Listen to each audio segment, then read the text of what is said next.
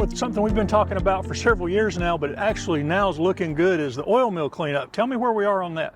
Yeah, things are moving along just like we'd planned, and Camden Properties, they've taken ownership of it, so they're in there cleaning up what's above ground, and they've got most of it out of there now. So that's progressing really well. Looks looking good. And then from there, the same company, Camden Properties, is also developing the old cotton mill down the street on what we call the Mill Hill, as you know about. But that used to be Cheney Brothers cotton mill, and that's going to be apartments and so on. And they're doing a lot of work on it. It's really getting going now, so it won't be too long you'll see that come to fruition down there. So that whole area is going, the looks of it's going to change a whole lot, and definitely for the better. They seem to be pretty excited about moving quickly on that. I've talked to them. Yeah, as far as the oil mill and Cheney, now that, the thing about the oil mill, yes, they're moving quickly on getting this part cleaned up. It will be some time before you see anything really go there. Probably what you'll see there for a while will be just a grassy field or something like that, because be a nice change. Yeah, it'll be a nice change. They've submitted a plan, and of course we had a grant that you may or may not know about for a small area plan. So we've got grant money to pay for that, and we'll get a lot of citizen input during that time and see what everybody really thinks they want to see in that area down there. And then it'll take some time for the rest of the testing that's got to be done due to the hazardous nature of the things that were stored there over the years and things like that. They'll have to do a lot of testing for what's under the ground and so on, and then clean that up if necessary, that kind of thing. It's really going to expand downtown, though. Really going to expand downtown. We feel like that's probably the logical progression for downtown, is in that direction down Main Street. So I think it's going to extend downtown. I think it'll be a real positive change down that way. And we've got some other developments on down that direction. We have the TIF district, which is over on Village Hills, which is in that direction. Also Morton Farm. What's the latest on the TIF district? Well, it's moving forward. We're, issuing the bonds and so on, ready to get started on the infrastructure changes and improvements down there. That's the first phase of it, really. We got to get in there and fix the roads, because the roads are really terrible back in there, and the water, the sewer, all that's got all kind of problems. And so we got to go in there and get that improved and get it where it needs to be, by improve it to where they can start building in there. So once they start building in there, and then you'll see a lot of changes at that point. So the faster they build, the quicker it'll grow in there. Is that the way that works? Yeah, that's correct. And then, of course, the faster the money comes back. So once that starts happening, then the tax money will start funding those bonds, the payment on those bonds, and all that will get paid off eventually. And then it'll be a positive tax flow out of it, for us and the county and the school district, because we're all involved in it. And we just talked about it just a second ago, but that Cheney Mill is going to be some nice housing down there, and that whole little district is planned, and it's going to look the same, and everything's going to be kind of a nice little area, right? Right, yeah, and there's going to be some improvements there with the infrastructure over there too as part of it. We're spending money for that as well. And Camden Properties is spending a lot of money down there, bringing it up and improving it. So yeah, it's going to be a huge, huge difference over there. You're going to see all that whole side of town is going to look a lot nicer, I think. And meanwhile, on the other side of town, you're about to finish the Queen Street project. Remind everybody what y'all did over there. Well, yeah, it's just a revitalization of that area, basically. If you look over there, we put in new sidewalks down there, new lighting, and a lot of new infrastructure changes in there, and just improving that whole area to bring it up. And it's going to look great. I mean, it's already looking great. Hopefully, we'll be finished with it here pretty soon. And you said there's going to be some more lighting upgrades around town. More lighting, yeah, and a lot of it's gone in already. If you walk around town at night, you'll see that a lot of the lighting has gone in. We hope to get it all in soon, but we have a lot of parking up here that is away from the green a little bit, maybe a block or two away, and we want that to be utilized to improve the parking situation here around the green. But you have to walk to that. It's not a long walk or anything, but we want it to be lighted well and to be safe for people, to walk back and forth so they feel safe walking there.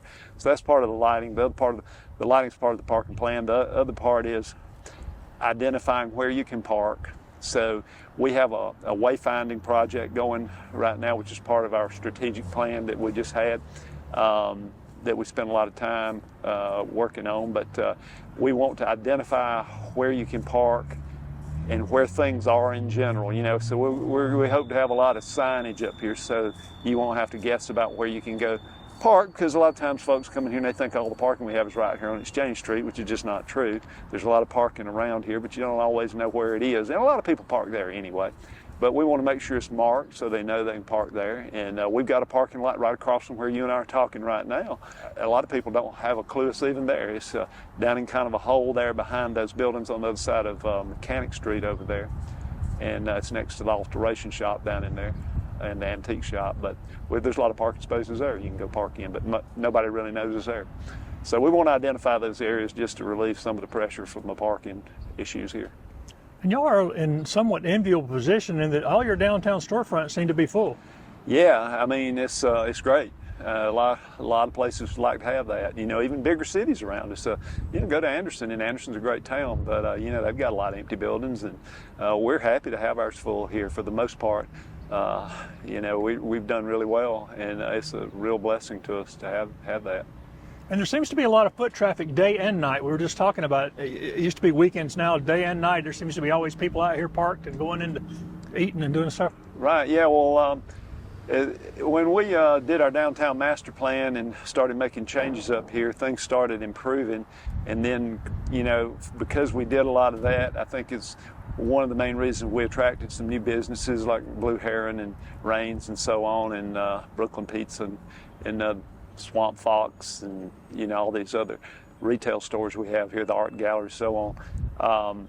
So it's brought a lot of people in here, and it's become more of a destination. I said, you know, you'd see it busy here on Saturday night or Friday night. Now it's every night. You come by here on any night, and there's a lot of people up here on the green. So it's really become a destination, and it's a great place just to hang out. You know, it's nice.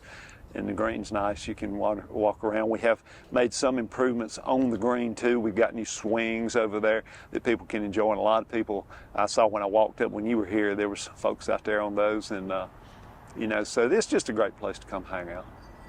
Any other projects you and council have identified that we haven't talked about so far? So what we're doing soon is we're going to have a road realignment done with Westinghouse Road and Swaney over there on 76. We just acquired a $1.4 million grant from ACTC. That was about 3 weeks ago when we got that money. So that project is going forward, and what it's going to do, we hope, is keep a lot of the traffic off of 76, because you'll be able to go from that side of town up Westinghouse and straight across on around into the shopping center over there where Food Line and all that stuff is, and you won't have to get on 76.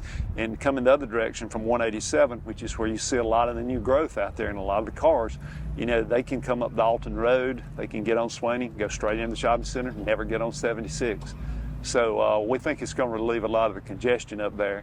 And part of the plan is to have a crosswalk, you know, and there's some people have there's mixed feelings about the crosswalk, but in my opinion, people are crossing 76 now anyway without a crosswalk. So it'll make it safer for them, for the ones that want to go back and forth, because a lot of people still that don't have cars and they live in some of the residential areas around here, you know, they have to get over there to get their groceries. That's the only place they've got to go and things like that. So they're forced to have to try to get across that busy highway. So I think having the crosswalk will be something that'll make it a little safer for them, and connects both sides of that road in both areas. So that, I think, will be a good thing. So it won't be long, and then you know, we're probably still going to see some more businesses come in out there too, some restaurants and things. There's several of those in the works that we know about, that I think you're going to see even more of that come in out there. So there'll be more places for people to go shop and eat, that kind of thing, on 76. And we're getting really close now to maybe the biggest event of the year. Right. Spring Jubilee. Spring Jubilee, yeah, that's definitely the biggest event of the year, and it'll be the first weekend here in April. That's going to be a great time as always. We'll have a lot of vendors out here, and they're all handmade products that they present. and that's one of the one of the best things about it, in my opinion, because it's stuff that you can't get anywhere else. So it's really unique stuff. You're not going to see anybody selling Ginzu knives or anything like that. So it'll be a good time, and we'll have a lot of good food. And of course, our businesses right around us here, our restaurants, our retail stores. You know, you've got the best of everything here, because you can shop in those places, you can eat in those places. You got all these vendors out here. We got music. We'll have live music here from some of our local artists and so on. It's just a fun time. It's 2 days. It starts on Saturday and it goes all day on Saturday, and then it goes on Sunday too, and then it wraps up. But everybody loves it. It's a fun time every year. And you talked to the committee. I mean, are the vendors coming back from pre-COVID numbers? Is it bouncing back? Yeah, I mean, it's well, in fact, Fall Festival I think is a pretty good indicator of it. We were packed out here with it. So we changed it around a little bit, as you may know. We let them set up in the streets now. It used to be they set up on the green, but I think that's a lot better. They like it a lot better. We can get more of them in here, and it leaves the green open for the kids to come and to get out there and play. And yeah, it works out good for us here. Yeah. And for people who are not familiar with it, it's one of the most recognizable spring festivals on the East Coast. Is that right? That's a fact, and the reason is it's such a good event. You know, it's quality stuff. You know, the goods you see here are quality and they're handmade, and it's just, again, stuff you're not going to see anywhere else. So that's one of the things that makes it what it is. And people who come on the Sunday could stick around. Jenkins' house is having an open house over there, trying to raise funds for it on the edge of town. That's right, and that's another thing. You know, the Historic Foundation is doing a great job. Powell Hickman and John and those guys over there are doing a great job with that project, and have managed to raise money to get it renovated, and it's coming along great. It looks great. And so we encourage everybody to get here, maybe stop by and take a look at it. It's really a great project. What other events do y'all have coming up before summer gets here? Well, we'll probably start having music on the green again at some point, so that'll be one thing. And that's always great. So you'll be able to come up and hear some good music, some bands and some things like that. If you haven't been to Pendleton in a while, come to Pendleton. You'll be amazed at how it's changed and for the good. It's just a great place to come to and hang out, and we love to see you here. So please come check us out. This is a great little town here.